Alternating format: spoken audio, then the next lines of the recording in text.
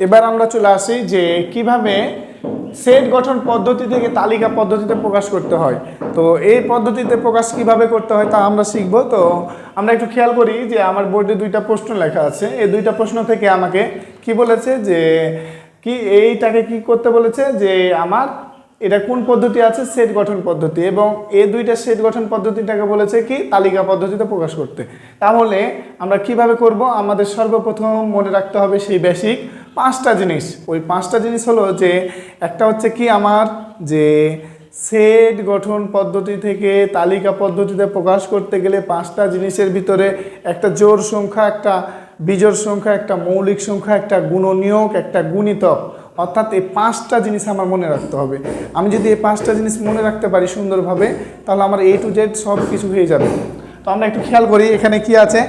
এখানে আমার সর্বপ্রথম একটা অঙ্ক লেখা আছে যে এটা কি পদ্ধতিতে আছে, সেট গঠন পদ্ধতিতে আছে। অর্থাৎ সেট গঠন পদ্ধতি মানে কি, সেট গঠন পদ্ধতি মানে হচ্ছে যে পদ্ধতিতে আমার সেটের সদস্য সংখ্যা, উপাদান সংখ্যা, এলিমেন্ট সংখ্যা দেওয়া থাকে না, সেই সদস্য উপাদান এলিমেন্টগুলোকে বের করা লাগে, সেইটা হচ্ছে আমার সেট গঠন পদ্ধতি।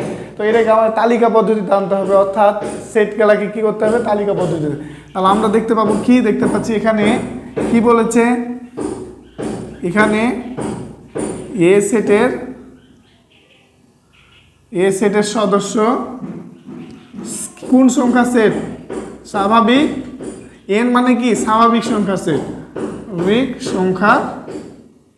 স্বাভাবিক সংখ্যার সেট, এবং কি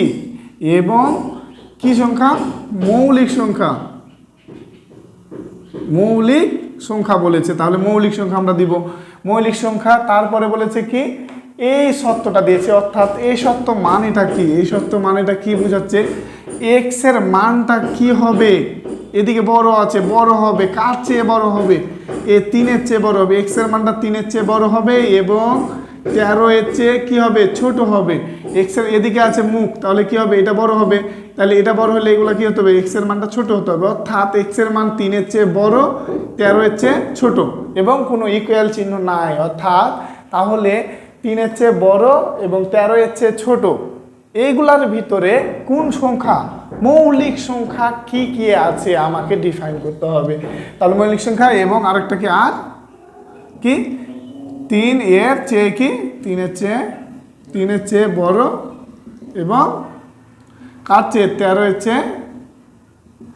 চেয়ে ছোট, সমান কিন্তু বলে নাই, এর চেয়ে ছোট লেখার পরে আমার কাজটা কি, অতএব কোন সেট ছিল এ সেট, তাহলে এ সেট ইজ ইকুয়াল টু দ্বিতীয় বন্ধনী দিব, দেন আমাকে লিখতে হবে 3-এর চেয়ে বড় এবং 13 এর চেয়ে ছোট সংখ্যাগুলার ভিতরে মৌলিক সংখ্যা কতগুলো আছে। তাহলে 3-এর চেয়ে বড় 4 কি হবে, 4 হবে না মৌলিক, 5 হবে, 5 হবে, তাহলে 5 লিখি। 6 কি হবে মৌলিক, 6 হবে না, 3 দুগুণী 6 যেহেতু ভাগ করা যায়। 7 হবে, হ্যাঁ 7 হবে, তাহলে আমরা 7 লিখলাম। এবার দেখি 8 কি হবে আমার, 4 দুগুণী 8, অর্থাৎ ভাগ করা যাচ্ছে, তাহলে 8 হবে না। 9 3 তিরিকে 9 হবে না, 10 কি 5 দুগুণী 10 হবে না। 11 কি মৌলিক, হ্যাঁ 11 হবে। 11-এর পর 12 কি হবে, 12 হবে না, 6 দুগুণী 12। এবার 13 এর চেয়ে সমান তো বলিনি, 13 এর চেয়ে ছোট বলেছে। যদি আমার এ চিহ্ন দেওয়া থাকতো তাহলে কি দিতাম, 13 এর সমান, তো 13 এর চেয়ে ছোট বলেছে, তাহলে আমার এই পর্যন্তই অ্যান্সার, অর্থাৎ অ্যান্সার হয়ে গেল। এভাবেই আমার কি করতে হবে, সেট গঠন পদ্ধতি থেকে তালিকা পদ্ধতিতে আনতে হবে, এবং এইগুলাই হচ্ছে আমার কি পরীক্ষাতে থাকছে এবং পরীক্ষাতে আমার এইগুলাই থাকবে। সো আমাকে মনোযোগ সহকারে এগুলা বুঝতে হবে। আমি যদি এগুলা মনোযোগ সহকারে না বুঝতে পারি তাহলে আমার কিছুই হবে না। সো এবার আসি আমরা 2 নম্বরে ঠিক একই মতন আগে আমাকে বুঝতে হবে যে কি আমার এই জিনিসটা কি বলেছে, এক্স বিলংস টু এন, অর্থাৎ স্বাভাবিক সংখ্যার সেট। সি এর মান কত, এখানে কি লিখবো আমরা, সি সেটের মান কত, সি সেটের সদস্যগুলো কি, সদস্যগুলো স্বাভাবিক সংখ্যার সেট। তারপর আমরা কি লিখবো, স্বাভাবিক সংখ্যার সেট, এবং কি বলেছে জোড় সংখ্যা বলেছে, তাহলে জোড় সংখ্যা লিখবো। জোড় সংখ্যা লেখার পর কি লিখবো আর। এবার আমার সত্য আছে, জোড় সংখ্যা তো বলেছে, জোড় সংখ্যা তো অসংখ্য আছে, লিমিটেশন নাই, কিন্তু এই জোড় সংখ্যা কত থেকে কত এর ভিতরে এটা আমরা কিভাবে ডিফাইন করব, এটা আমাকে তো বুঝতে হবে জোড় সংখ্যা কত থেকে কতর ভিতরে। তাহলে আমাকে এবার কিভাবে বুঝবো? সত্য দেখে। তো আমার এখানে সত্য কি আছে? এই অঙ্কটার সত্য আছে এইটা। তো এই সত্যটা কি বোঝাচ্ছে? যে এক্স এর মানটা এদিকে মুখ করে আছে, তাহলে বড় হবে। এক্স এর মানটা বড় হবে কার চেয়ে? 6 এর চেয়ে, এবং এ চিহ্ন আছে, তাহলে কি হবে? 6 এর সমান এবং 6 এর চেয়ে বড় হবে এক্স এর মানটা। তো এক্স এর মানটা 6 এর সমান এবং 6 এর চেয়ে বড়। আর একটা হবে কি? 14 এর চেয়ে ছোট। 14 এর সমান নয়, কেননা এখানে ইকুয়াল চিহ্নটা নাই, গ্রেটার দ্যান অর ইকুয়াল ওই চিহ্নটা নাই, লেস দ্যান অর ইকুয়াল কোনো চিহ্নটাই নাই। তাহলে এটা কি বোঝাচ্ছে? 14 এর চেয়ে ছোট, অর্থাৎ এক্স এর মানটা 6 এর সমান এবং 6 এর চেয়ে বড় আর 14 এর চেয়ে ছোট। তাহলে কি 6 এর সমান এবং 14 এর চেয়ে 6 এর সমান এবং কি লিখব? 6 এর চেয়ে কি?